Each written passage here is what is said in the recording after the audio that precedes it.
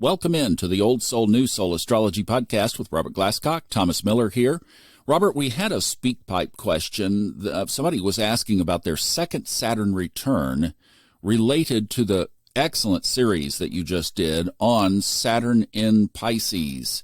And she was wondering, we don't have birth information, just she was wondering how might that second Saturn return correlate to Saturn still being in Pisces until 2026? Well, it's going to be very easy to get confused here. Saturn in Pisces is one thing. A Saturn return is really a separate issue. Now, obviously, the house that's ruled by Capricorn and Aquarius in your natal chart, those two houses are both ruled by Saturn. And Saturn happens to rule the structure of your life. In the body, it rules the skeleton. Saturn rules the bones, for example. And so the skeleton is what supports all of the organs and the flesh and everything. Without Saturn and a skeleton, we would be a puddle. So Saturn is really the structure of our lives. And in the natural wheel, it rules both the 10th house, which is the career and your authority in life, if you will, and the 11th, which is your collective future. It's where your social position, what you really want to give to the world. Now, the world can be your town, it can be your state, it could be the nation, or even broader. But the 11th house and the 10th house are both co-ruled by Saturn. And this cycle of Saturn, it takes it 29 and a half years to go around the zodiac and return to its position at birth. Now, in the old days, people didn't live as long as we do today, so they were encouraged to mature earlier, to get married earlier, to have children earlier, because they weren't going to live a long time. And even carrying it up into the 20th century, a lot of people, the expectation is you need to get out of the house and get married and start a family around 21, which, if you think about it, is Saturn in a closing square to its birth position. It takes Saturn about 7 years to square itself and then oppose itself and then square itself again and then finally conjunct itself. So that's where you get the 29 and a half year cycle. So at age 7, Saturn will square its birth position. At age around 14, it will oppose its birth position. At age 21, it will form a closing square to its birth position. And then at 29 and a half is the first Saturn return. And around 59, 60 is where you get the second Saturn return. And those are monumental. And everybody between, say, 28 and 30, everybody goes through an important maturity cycle. If they have wasted their first 25, 27 years, if they have not dealt with issues like drug problems, which can be a social problem, and all your friends are doing drugs and so on, you haven't dealt with that, then the first Saturn return can be a crisis period. If you've dealt well with it, it can still be a crisis, but crises can be good. Getting married is a crisis. Having a baby is a crisis. Changing careers can be a crisis.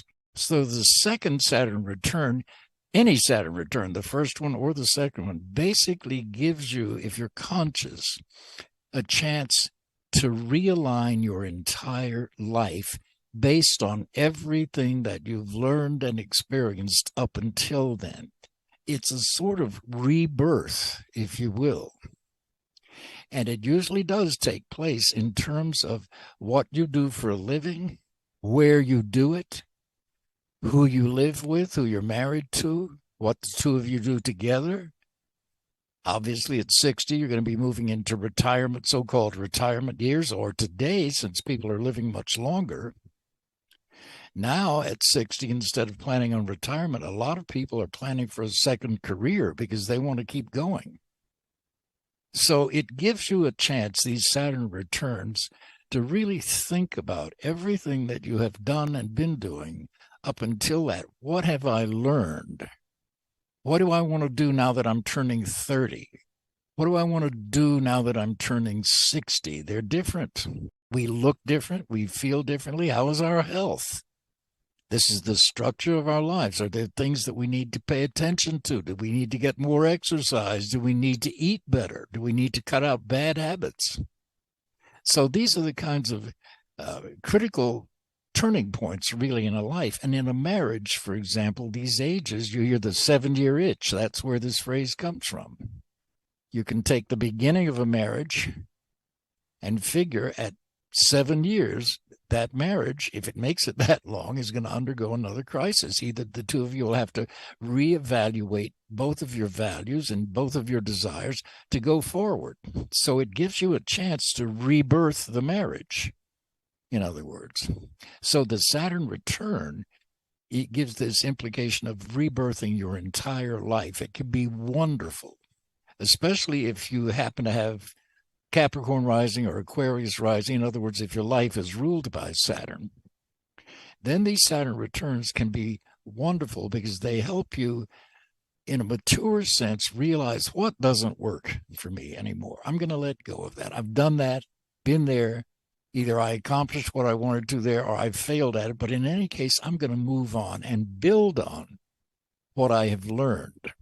So I'm going to restructure my life. So people will often make a major career change, a major relocation change under a second Saturn return, a major change in relationships. Sometimes it can be through the attrition of death. Maybe a partner becomes very ill or even dies, and that forces that person to restructure their lives in terms of having lost a loved one, for example. Other times it can be an opportunity that comes through them. Say a parent or parents die around that second Saturn return, and suddenly now the querent or the native inherits. Well, what do they do with their inheritance? Do they squander it? Do they put it to use? But it changes their life in a significant way. So that's the main thing to be aware of under the second Saturn return, is this accrual of experience and knowledge. And now, what is my best and wisest decision? It really helps a person prioritize their lives. They are less inclined with that second Saturn return to waste time with people who are time wasters or who are negative or who are toxic. So it's a great opportunity to clean up a life, set new priorities and new goals and new ambitions, and go for them. Because today, a lot of us are living longer. I'm hoping to live into my 90s, as many people do now. Well, what are you going to do? Do you have enough to live on retirement? Many of us don't. So many of us have to work, and we want to work. So in this brave new world, it's a whole different perspective on life than what the books were writing about even 30, much less 50 years ago. Well, Saturn returns are a big, major deal.